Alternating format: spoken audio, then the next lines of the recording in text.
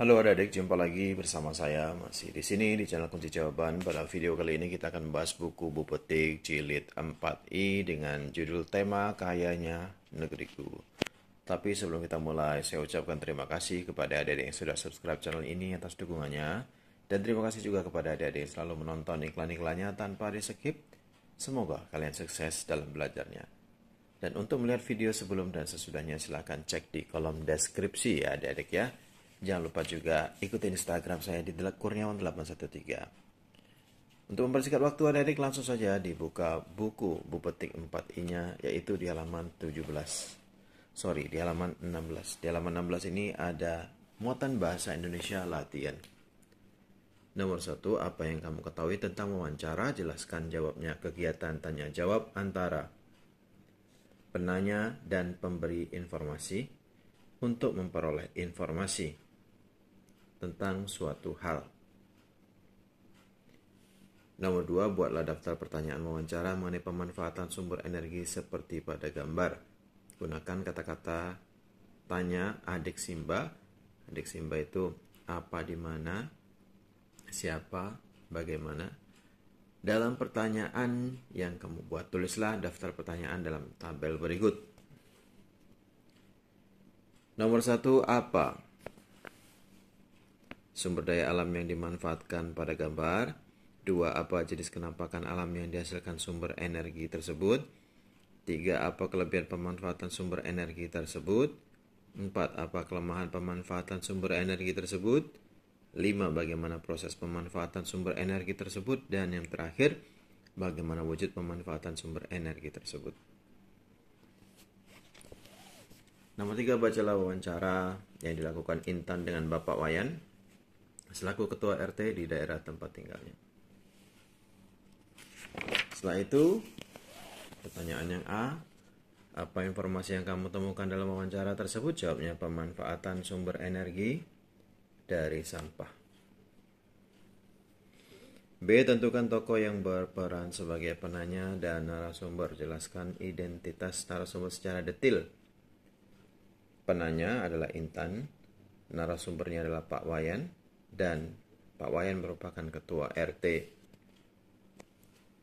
C, menurutmu apakah narasumber tersebut sudah sesuai dengan topik wawancara yang dilakukan pewawancara? Jelaskan jawabanmu. Jawabannya iya, sudah sesuai. Narasumber mengetahui informasi yang ditanya oleh penanya.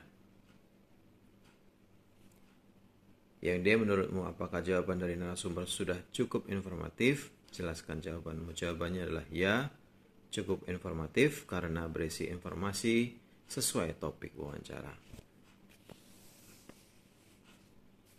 E, berdasarkan hasil wawancara tersebut, buatlah kerangka wawancara dan daftar pertanyaan sebelum wawancara tersebut dilakukan. Jawabannya seperti ini ya adik-adik ya. Kerangka wawancara, latar belakangnya adik-adik tulis mencari informasi mengenai pemanfaatan sampah organik. Kemudian tujuannya adik tulis memperoleh informasi mengenai pemanfaatan sampah sebagai sumber energi. Topik wawancaranya adalah pemanfaatan sampah organik. Narasumbernya adalah Pak Wayan. Daftar pertanyaannya adalah sebagai berikut. 1, apa saja sumber energi yang dimanfaatkan penduduk. 2, apa saja contoh sumber energi hayati dan non-hayati. 3, bagaimana sampah dimanfaatkan sebagai sumber energi. 4, bagaimana bentuk pemanfaatan sumber energi dari sampah organik. 5, bagaimana sikap masyarakat terhadap pemanfaatan sumber energi tersebut. Silakan di stop videonya dan dicatat jawabannya. Dan yang terakhir F, tulislah kesimpulan wawancara tersebut menggunakan bahasamu sendiri. Penduduk memanfaatkan sampah di sekitar sebagai sumber energi. Sampah yang dimanfaatkan berasal dari rumah warga. Sampah organik dimanfaatkan sebagai pakan ternak dan pelet untuk makanan ayam dan ikan. Jika sudah, langsung saja adik-adik kita lanjutkan ke muatan PPKN. Di halaman 22, tulislah huruf H untuk hak dan K untuk kewajiban kita terhadap lingkungan sekitar. Menjaga kebersihan lingkungan, K. Kewajiban. Menikmati udara, hak. Menggunakan pupuk, kewajiban. Menggunakan pupuk tanaman yang ramah lingkungan. Oh, kewajiban. Menanami halaman rumah, kewajiban. Mandi menggunakan air bersih, hak. Menggunakan sepeda ke sekolah, kewajiban atau hak ya? Bisa kewajiban, bisa hak ya adik-adik ya. Daripada jalan, itu berarti hak. Tapi kalau kita harus menggunakan sepeda ke sekolah, daripada bandingannya adalah motor, berarti kewajiban. Karena dengan bersepeda, lingkungan akan tetap terjaga, tidak menimbulkan asap kendaraan. Baiklah, kewajiban. Menutup keran air setelah digunakan, kewajiban juga.